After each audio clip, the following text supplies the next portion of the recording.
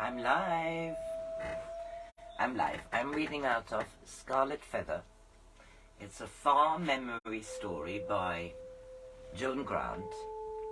She was a seer, and she was born in 1907, and she was a very prolific writer. And the amazing thing about her writing was that it was historically so accurate. This is a story about a tribe, and it's about a girl called Piyanah and her cousin Raki. They are growing up together, and they have just changed the place where they lived. They're going on to find a new place to live, and they have arrived there in the previous chapter. The choosing. It's all from Piyanah's view, and she is a young girl, as I said. The choosing. Only a circle of earth scorched black by the cooking fire was left to show where we had lived with our mother. Even the holes which had held the center post of the teepees had been filled in, and the ground trampled hard and smooth. I saw a gleam of scarlet among the scattered ashes and picked up a small bead, one of those which Mother had used to decorate our moccasins. This is all we have left, Raki. All that is left of the place where we used to once belong. Nakachika's given us our own teepee, said Raki, and he lets us do whatever we like. As though we were bear cubs he was trying to tame. He is afraid we shall run away if he's not very careful. Are you being quite fair, Piyanah? He gives us everything we ask for. Didn't we give Pico honeycomb every day when we first found him? We always did, when we could find any. Yes, but we did it because Pico liked it, not because we hoped it would keep him with us. When the chief is sure of us, he will try to make us obey the laws. Well, we can wait until that happens, said Raki cheerfully. I'm sorry for him in a way, living all alone as he does. Even the beavers are so much in awe of him that they never speak in his presence except to answer a question. Even the braves are so much in awe of him. I'm glad he's lonely, I said passionately. Terribly glad. He's so proud of being the leader of braves, and we are the only people who know he is a coward. He's not a coward, said Raki indignantly. Yes, he is. A brave man can be frightened of his enemies, but only a coward is frightened of his friends. It was because he was frightened of his own tribe that he wouldn't let Mother be happy with him. If he had even a little of her courage, the others might have followed him, instead of being so disgustingly miserable that they don't even realize that they are miserable. You can't be miserable without knowing it, said Raki, in a voice he kept for the times when he thought I was being deliberately unreasonable. Oh yes, you can, and it's the worst kind of misery there is, when it's so deep that you have to make yourself believe that there's nothing better to compare with. They won't admit that anyone can be happy. That's why they still hate us, even though they daren't show it now that Nakachik has declared that you will be the next chief. We keep on reminding them of the things they have missed. We are the hind that escaped from the hunter, the fish that was too agile for the starving fisherman, the canoe that shot the rapids in which theirs always foundered. That's why they hate us, and why they always will. They won't believe us yet, said Raki, but that's only because they don't take any notice of anyone who hasn't won a feather for his forehead long. When I am the chief, they will have to recognize the truth of my laws, and they will recognize you too, for you will always sit with me in council. When they see us, when they see we go on being happy together, they will have to believe us. It will be a long time before they let you win a feather, Raki, and what I shall do while you are training to be a brave? I expect they will let on getting us share a teepee. If they don't, I shall refuse to attempt the ordeals, and that would make your father so ashamed that he would soon change his mind. I'm afraid it will be horrid for you having to watch me undergo the ordeals. But you will have to think of how useful the feather will be to us in making people listen. You and I have only known days with both of us in them, Raki. A day would seem longer than a moon if we were apart. But we shan't be apart. You will have to be trained by the brown feathers, like all the other boys who want to be braves. They will make everything as difficult for you as they can, to try to prove that a boy who is brought up with a girl is always weak and a fool. They'll soon get tired of trying that. You are stronger and quicker and much wiser than any of them, but there are tens of them and only one of you, Raki. Well, they can laugh at me and I can fight. They will find it more difficult to laugh with a split lip and some of their teeth missing. Your father has meant to part us. He would have, if your father had meant to part us, he would have said so by now. But I didn't trust Nakachik to understand about Raki and me. He was too cold, too spare, to know the hearts even of his own children. So Raki's confidence in the future brought me little comfort. Although Nini had refused to eat for 3 days after Mother died, we knew she was glad to be back with the tribe. Nonna, her mother, was the eldest squaw, a woman so old that only her eyes seemed really alive, yet her word was never disobeyed in the squaw's teepee. Her voice was thin as the echo of a crackling cooking pot, but when she told stories, even the shadows crept closer to listen. She never spoke when Raki was there, but sometimes when he was with the other boys learning to build a canoe, I used to let Nini take me to her. I pretended that I only went there to hear stories which would make Raki laugh, but sometimes it was difficult to remember that they were not really frightening. Nonna seemed to believe that everything was hostile to women. The tree spirits were jealous if a woman brought forth a child, and scornful if she was barren. The animals hated her because she sewed their skin with it, which the hunters had stolen from them, and cooked the flesh that, but for women, the hunters would have been too lazy to kill. The spirits who lived in quiet pools were especially dangerous, for they would catch a girl's reflection and carry it away, so that she lost her memory and died. For women to kindle a flame was so deeply to anger the spirit of fire that she would die before the next noonday, and only after humble supplication might she take bread from the watchfire to the place of the cooking pot.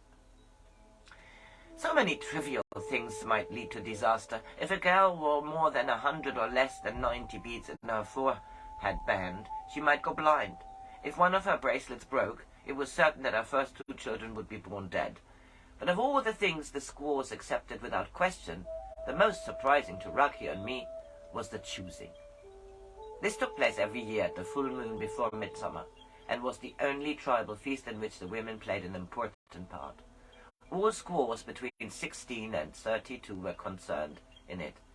The first to be chosen were girls who had not yet been taken into the woods, and then, in order of age, the women whose last child was more than a year old.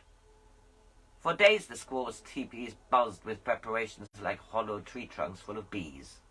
I was asked to admire moccasins embroidered with colored beads, and even to advise whether a doe-skin tunic would be improved by another porcupine quill stitched to its hem by the stem of a feather. The teepee smelt of rancid grease, for during the growing moon the women plastered their hair with the fat of those animals whose virtues they wished to possess. Deer's fat for swiftness, beavers for industry, owls to make them wise at night. I tried to find out why they wanted to be chosen, whether they hoped to find someone like Raki among the strangers, but they stared or giggled and instead of answering ran away. Nonna's power over them seemed to have suddenly increased, and whenever she spoke they listened attentively, even when she only grumbled at them, and they vied to make her notice them by trying to please her. Raki and I decided they must think she could help them to get something they wanted if they could persuade her to be genial. But neither of us had any idea what it was, until Nini told me that at the choosing, each squaw must have one of the old women to speak for her at the wrestling. Raki told me what to expect at the wrestling, for he had watched the young braves practicing for it. A man who wanted a squaw had to fight for her if another man chose her too, and all were allowed to take part in the choosing after they had become full members of the tribe by gaining their brown feather. In my grandfather's time, no one could become a brown feather until he had taken the scalp of an enemy warrior. But now there were other ordeals instead, for we had known peace for more than 50 years, and the scalps that hung in the teepee of the elders were so dry and withered that it was difficult to believe they had ever grown on human heads. So that between us we could see as much of the choosing as possible, I decided to watch it with the girls, while Raki stayed with the boys. The old women, wrapped in the blankets with colored patterns that they kept for ceremonial occasions, sat in a semicircle on one side of the watchfire, and opposite them were the elders, seated on each side of the chief, who wore the feathered headdress. The elders wore feathers too, but reaching only to their shoulders instead of hanging down to the ground as did Nakachik's. Behind the old woman stood the not yet chosen, and the women who had already borne children.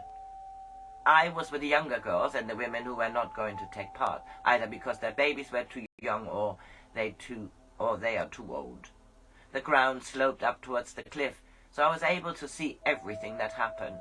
Raki must have been on the opposite side of the encampment among the boys, but the crowd was so thick that I could not pick him out. A white stone had been put near the watchfire, and round it a space marked by a rope, tufted with colored feathers. Another rope closed off a square between the two main groups of spectators. The woman sitting beside me held her son on her knee. I was rather puzzled at her sorrowful expression until I realized he must be nearly 7, the age when he would be taken away from her and given to the brown feathers to begin his training. If mother had stayed with the tribe, Raki would have been taken away from her, and instead of our own being together always, he would belong on the other side of the encampment. I suddenly felt cold and wished I had not had such horrible thought. A group of men and boys had collected behind the elders, and there was a hush as the crowd waited for the ceremony to begin.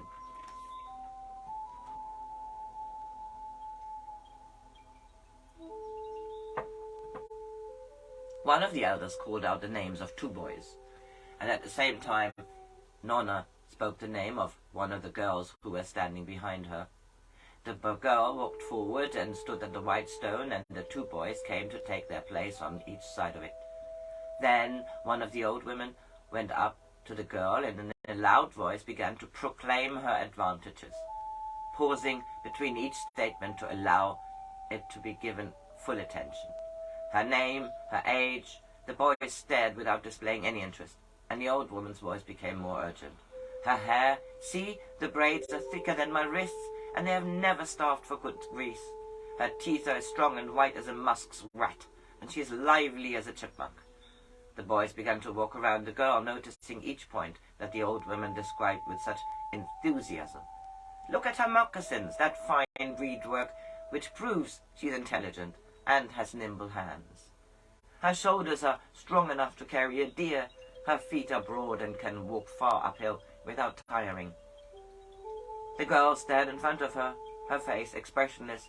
Not a muscle quivered, even when one of the boys prodded her ribs as though she were a carcass being tested for the cooking pot. The elder who had called them forward asked whether either wished to choose her.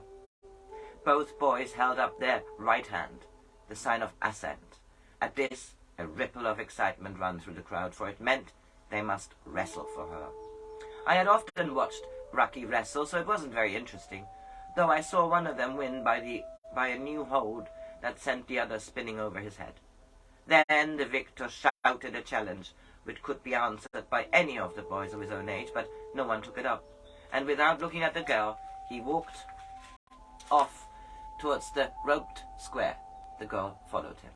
Neither of the second pair of the boys chose the next girl, although the voice of her sponsor grew shrill. Look at her thighs, strong as a cougar's. Only one tooth missing, and that was broken by a stone. She was offered twice more, but each pair of boys showed increasing disinterest and what had already been rejected. Even though she struggled to remain impassive, I saw tears on her face as she ran through the crowd to seek sanctuary from this open humiliation. I longed to run after her, for I thought her lucky to have escaped. I knew she was suffering a desperate shame. Only by being chosen next year or the other one after could she hope to end the jeers of her companions. For if she was 3 times rejected, she would have to spend the rest of her life doing the most disagreeable of work for the other squaws. A great deal seemed to depend on the words of the old women, or the old woman, although through me they all sounded equally vehement. For 2 girls, whom I considered much uglier than the rest, were chosen by Brown Feathers for such uninteresting qualities as endurance and a special skill in preparation of food. When a woman had already borne strong children, they were displayed with her. See, twice she has brought forth strong sons, and these white hips would be a fine cradle for a future Scarlet Feather. And of another Nonna said, look, her son is more than a year old, and yet her breasts are still proud with milk. Her children will never be starving to disgrace their mother. A third woman had 3 children. They huddled against her and wept when she followed the man who had chosen her, and left them to be taken away to the teepees, because they had cried in the hearing of men they would not be allowed to share in the feast. So I decided to try to take them something to eat, for tonight there would be plenty for all. The Scarlet Feathers did not wrestle for their women. I suppose they thought it undignified to display so much interest in squaws, and the men who had just won their brown feathers only wrestled because they enjoyed displaying their strength before the tribe. After the choosing, the men, each with his squaw beside him, sat in a large circle, while the old woman and the elders served them with food as a mark of honor. Only after they had taken all that they wanted were the rest of us allowed to share the feast. Deer had been roasting since early in the day over the cooking fires, and there was as much as we could eat. And there were cakes made of cornmeal and honey, pigeons stuffed with sage, rare delicacies such as fungus dried in the fish oil. Suddenly the noise of the crowd stilled as the drum began the opening phases of the betrothal dance. At first the pulse was so quiet and slow it seemed to tremble on the edge of hearing. Gradually it grew louder and more insistent. The girls linked hands in a single file and, pacing in rhythm to the drum, wove into the circle. Faster and faster they paddled around, while the crowd swayed from side to side in harmony with them. The men made a wider circle around the women, leaping high in the air, spinning on their heels, yet always drawing into a closer circle. The women were no longer separated by their linked hands. They drew nearer together until each had her hands on the shoulders of the woman in front.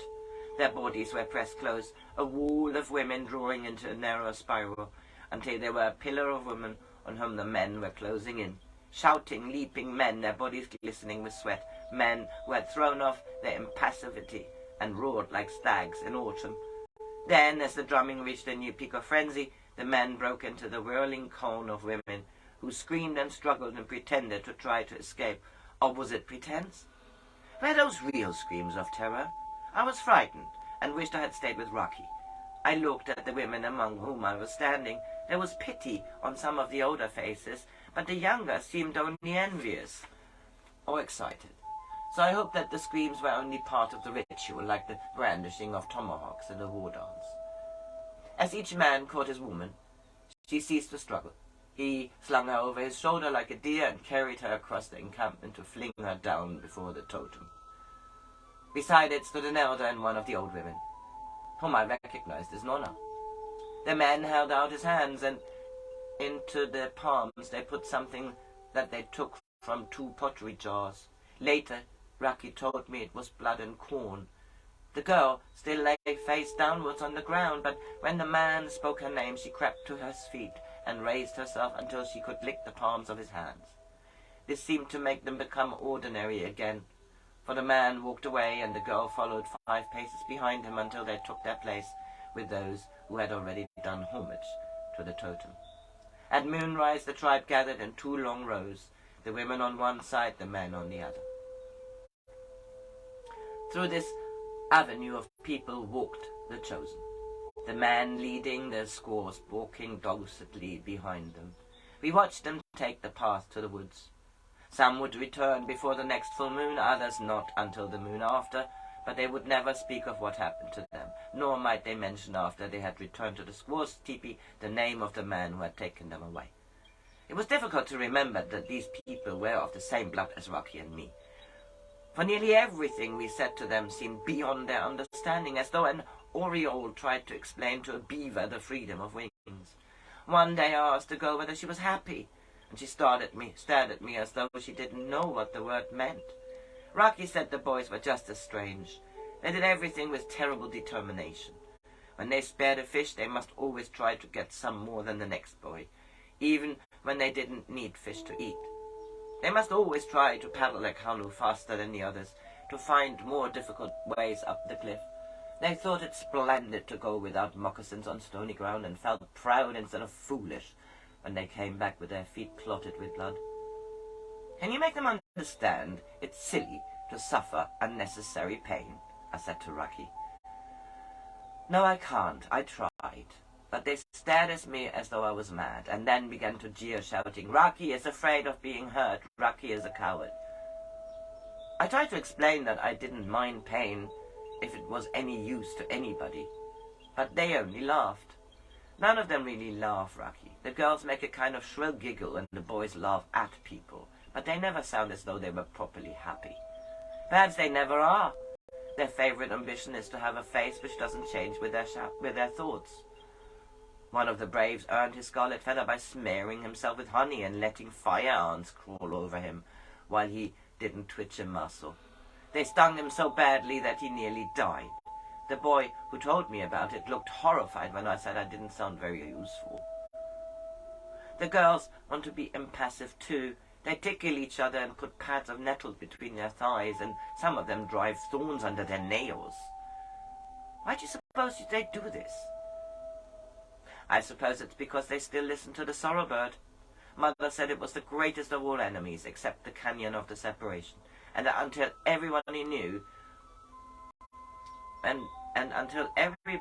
knew it was the great enemy, they would never remember the before people. And they love the sorrow bird, said Raki sadly. I think it's the only thing they love at all. It's the end of the chapter called The Choosing, Raki and Piyanah. I'm wishing you all a lovely Sunday. Enjoy.